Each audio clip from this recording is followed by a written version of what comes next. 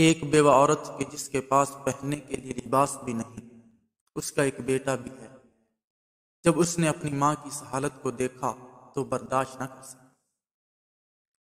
وہ کہنے لگا کہ ماں، میں چچا کے پاس جاؤں گا آپ کے لیے لباس لینے۔ ماں نے منع بھی کیا کہ بیٹا چچا کے پاس نہ جانا، وہ آپ کو لباس نہیں دیں گے۔ بیٹے نے اصرار کیا کہ میں آپ کی اس حالت کو دیکھ نہیں سکتا۔ ماں نے اجازت دے دی۔ جب بیٹا چلا گیا چچا کے پاس کہ ماں کے لیے لباس لینے آیا ہوں، چچا نے دھتکار دی، رلا کے بھیج دیا۔ جب وہ بیٹا واپس آ رہا تھا، کسی نے پوچھا کہ کیا ماجرا بنا، کیا ہوا، کیوں رو رہے ہو؟ تو وہ کہنے لگا کہ چچا کے پاس گیا تھا ماں کے لیے لباس لینے، لیکن چچا نے رلا کے بھیج دیا۔ تو اس آدمی نے کہا کہ بیٹا میں تمہیں ایک جگہ بتاتا ہوں، وہاں چلا جا، تو خالی ہاتھ نہیں آئے گا، لیکن یاد رکھنا وہاں جو بھی جاتا ہے اپنا دین دھرم کھو دیتا ہے۔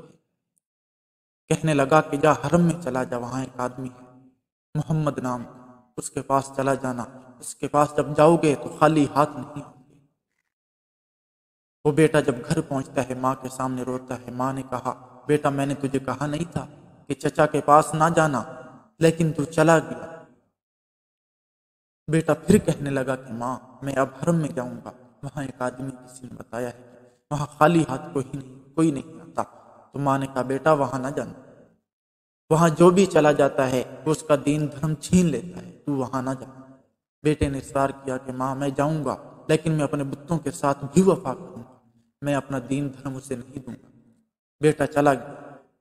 جب حرم میں پہنچتا ہے تو میرا آقا علیہ الصلوۃ والسلام کے سامنے آتا ہے اور پہلے ہی بول کے کہتا ہے کہ میں پہلے آپ کو بتا دوں کہ میں آپ کا دین قبول نہیں کروں۔ میرے نبی مسکرائے اور فرمانے لگے کہ بیٹا کیا چاہتے ہیں، کیا چاہیے تمہیں؟ وہ کہنے لگا کہ میں اپنی ماں کے لیے لباس لینے آیا ہوں آپ سے، مجھے لباس چاہیے۔ میرا آقا علیہ الصلوۃ والسلام نے اپنی رحمت والی چادر اتار کے دے دی کہ بیٹا جا یہ دے جا اپنی ماں کے سر پہ ڈال دی۔